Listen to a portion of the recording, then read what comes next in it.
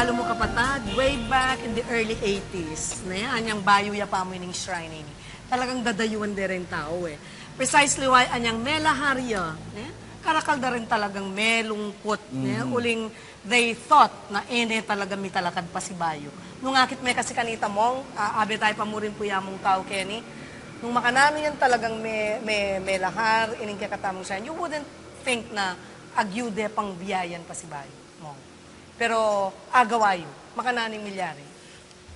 Yung dimdam kong kwento niyang milistinok kayo niyang 2009. So, bari, masanting pamikatagon para kaya kami, may ma-feature yung personalan ng shrine. Uling, ining June 19, second year anniversary ng pangabuklot ng Pasibaning Shrine. Although yung ginamit kong ama, pangabuklot, pero hindi naman kasi misa rin. Magang meglahar, yung debusyon ay naman mitok nang. At the same time, magang may pulaw yung rektor ng 1995, datang yung lahar at may tambunan niya yung santuario, yung debusyon ay naman mitok nang. At yung deboto ang ating lahar, pupunta la pa mo rin Kenny. At iting meto nga bagay makapagmulala. Nung ka rin niya may dala kanita yung... pansamantala, may santong niya yung image king Betis. Okay. At makanyan niyang lungubit ang kwento na bala mo, hamon niyo, or challenge siya karining deboto na nung alayang masanting ang paglugalan ng Birhen, o masalas ang paglugalan ng Birhen Keti, kabetikan, possibly, aliman baka midalaya, at uling ating Lourdes Parish King Angeles. Okay. Bala mo, makanyan niyang may bus moraling ka, may pasik na nga rin ka, tao. At agyang ating sasabi ka ng eksperto kanita, karang engineers, na kano pwedeng may talakad pa si bayan ng santuario. Actually, hindi talaga yung dating chapel. Yes. Anyang 81, kay ba't pang February 11, maging canonically established as shrine, as Asian shrine, by December, may ganap yung blessing ng cornerstone. 81. Pang 85, mabless itang bayong Maragula Santuario. At ini, in fact, sabi na kanitang Archbishop Oscar Cruz, lalasakan. Would you say mong nabala mo, manigobrane ing maging milagro na rin kay katamong Birhen Lourdes? Kasi, may atagin, milipat siya only to realize after the lahar na magbalikan niya pala. Balikan niya pala. Itang daramdaman ka rin makato, anyang malaharing kaing maragul. Ayun, naburining Birhen ka, mas buri na kening dati ng lugal. Pero ako, honestly, may bigla ko ng ikit-kitang wisdom, kitang amano ng Archbishop Oscar Cruz na neborin pala sa king chapel. Kasi iting tendency kantang palasak di or kaya gawan ding eskwela unong nano pa mang museum maging, siguro. Magamit siya pa. Pero ingikit ko idea ang palasak. Eventually pala, after kita uling maglahar, ini pa magbalik yan ng Birhen at inyong pagsantungan talaga po si Bayo. Prophetical niya mo. Makanyang king akakit. Ako personally, yung miras ko kaya timbalampe kameging moto ko, kambiyan ng Maria, kamtantang grasya. I-associate kong grasya kang Maria, uling mamilatan niya, anting meto ngayon duwang pang patulunan. At makanyang kung ikit mo naman, anyang 81, sabi ko pen, migit kang anyaran da kete iting tao kete kabete kaning ngibye mo parokya meging Archdiocese Shrine niya Paris Priest Rectorio. At nung labenta mo anyang 1906 sabi ko ako rin sasabihan ko kanita karakal baryo karakal lugal obat kabete kan. Yes. Ating kung ikit metong sangkan ing Birhen manton niyang payapang lugal. Manton niyang kasi ing metong ng trade ning kabete kan kanita agpang karing kwento, agpang karing souvenir program sa basa ko, pinitang karelang pamisasam metong. Itang masikan yung damayan spirit. Bayanihan. Ngayon ikit kang masalayan ni lalo na anyang abalitan kening metong kwento king Nueva Ecija, king Kabyo. Anyang December 11, a certain Attorney de la Rosa, BCT Yaketi, uling-buri niya talagang akit ka ng santuario ng Birhen ng Lourdes. Uling ko kwento na, karin king Kabyo, at inyang kapilya, at inyang sarayin mo naman kapilyaya, ing Birhen ng Lourdes, king Kabyo, malapit king Pisamban, ing kwento na, ing pupuntalan na karin, yapin itang black and white picture ng Birhen ng Lourdes, iba't kabetikan. Alalang image. At lang groto, imintana niyang munta ko karin January, at lang groto, pero itong nakalupak yan, itong menik lang makanyan, ingakit mo ka rin itang picture black and white. Yan talagang pupunta lang do. So, At dakal ka alalang- nung testimonies na may papaldan do, uli lang itang Picture. black and white picture ng Of Birhen the ng Lourdes actual iba Kenny. image, Kenny. Nung laban may itsura ng yun, pwetang kitang black and white, bala mo yun, ating similarity, pero ating bala mo yun pareho. Pero yung punto ko mo, iba siya Kenny itang image, at acknowledge king memaryo, at yung kitang makasulat king kwento kitang harap na ng barangay center, nung makananin Yapin miras ito. kitang picture ka rin, a certain impong tuding, at yung akakit mo ito nga matong babae, akakit niya, akasabi niya, di akakit ng aliwa, niya bala na masira yung buntok. One day, Fiesta Lourdes, punta na niya kabetikan, pakuha na yung picture, sabi na, iuwi mo ko, dalhin mo ko dito, pakuha niya kanitang picture. Ngayon, iting adong signs. Nung akit niya kanitang metong picture, mahili kayo, apin ito. Kadong sign, gusto ko nung Emila, Academy Takbang. At milyar lang tang adong sign sa reto. Ining magkwento, ining apo ng impong tuding, anyang dumalo ko king kabyo, akwento na kanako. Ngayon yung problema na kulong na rin pera na. Malungkot siyang minuli, nadadala ng picture. Pero kahuli no, akit na king bayong no, ining black and white a picture. At sinabi na ning matuwa, bili making frame, kwadro may sabit me. Anyang sabit me, magdanom niya kanin yung frame. Kukuskusahan niya ng impong tuding until mabasa yung panyo. Sabi na kanito mo to, nung manuala, no, kaskas may ka rin masakit, may paldan lo. Ating may paldan, may bali tayo, di mo gande. Until ating netong makwalto, may doon siya kayang balianing matuling, elam may kasya rin, tao po tamasirayo. Yun na nitang lugal na kiyatang Arab. Hanggang ngayon, hapin niya yung existing chapel ng yan. At karin, anyang ibili ditang picture magdanom yung frame, may kapapatak ng danom, anyang agpangking kwento, itang keng gabon na may patakanan, may kasibol. Ing Lourdes, king France, ating sibol na rin. Very similar At yung the same time, story. ating dakal ka nung kwento ka rin kita sibol, ni papaldan na kakayap la.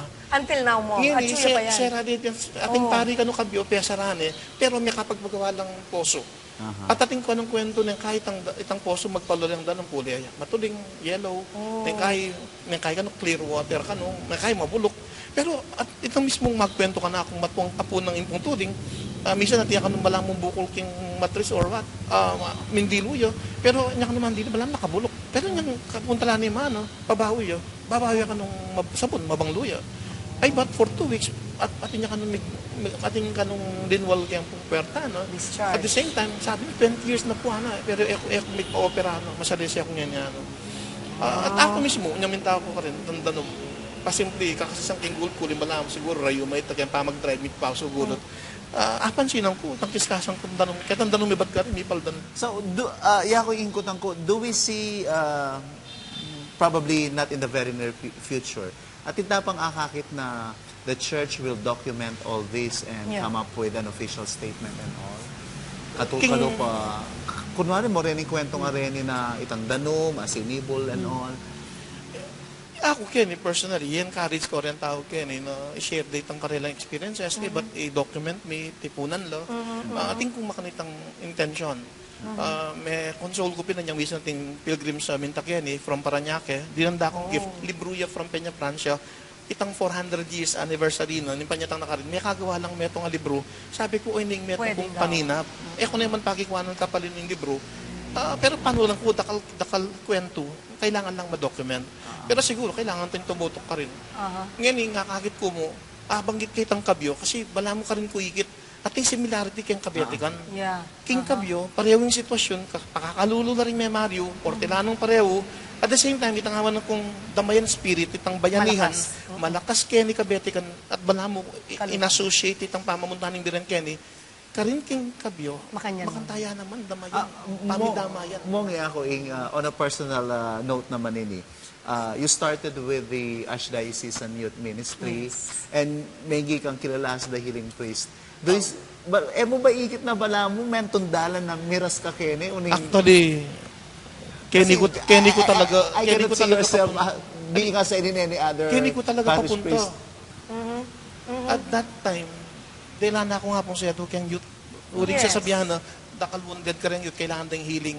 Pero ako, in 2003, kanita ko mag-start na bigdiswan kayong healing. Uling nga nga chuko kayong parokyo. Kabod ko na mo asumpungan, manton ko kung materials kayong healing ministry. At iba't igit kayong librong binyan ni Kalagurang Kumadre. At yung makasipitan ka rin, sasabihan naman, wala ko.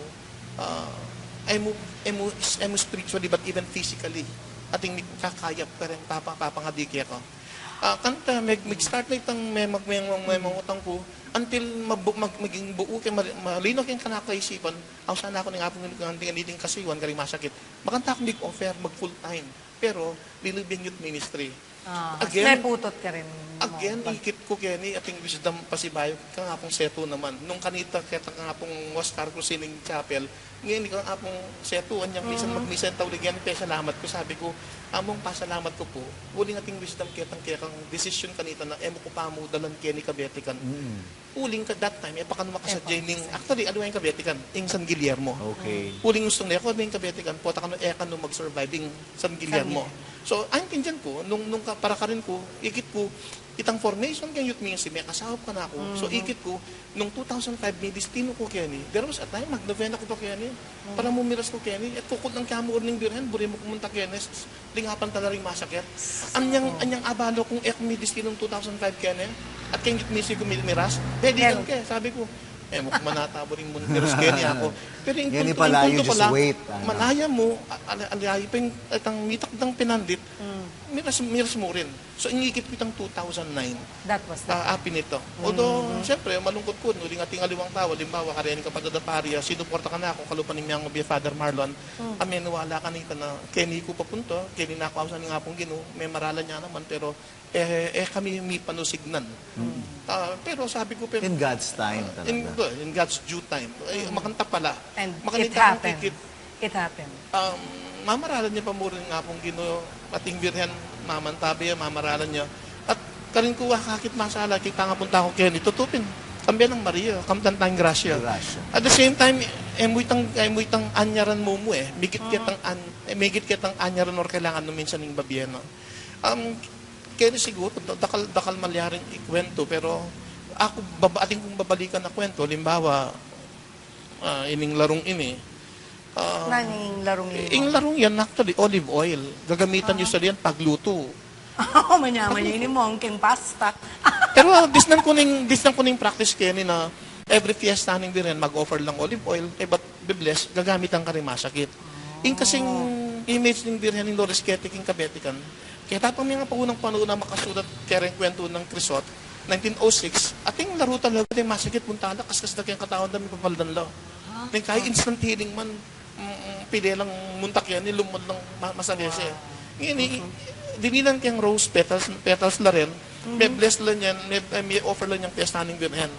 Ngayon, yung idea pin, itang metong debotong mintak yan, anyang dyan ding pidukan ng oil, anyang dyan ding laro, luluwaling mag-overflowing oil, uling, at yung lawending ing pidukan na lininis de, pero kabud niya mo, at yung rosas kilog.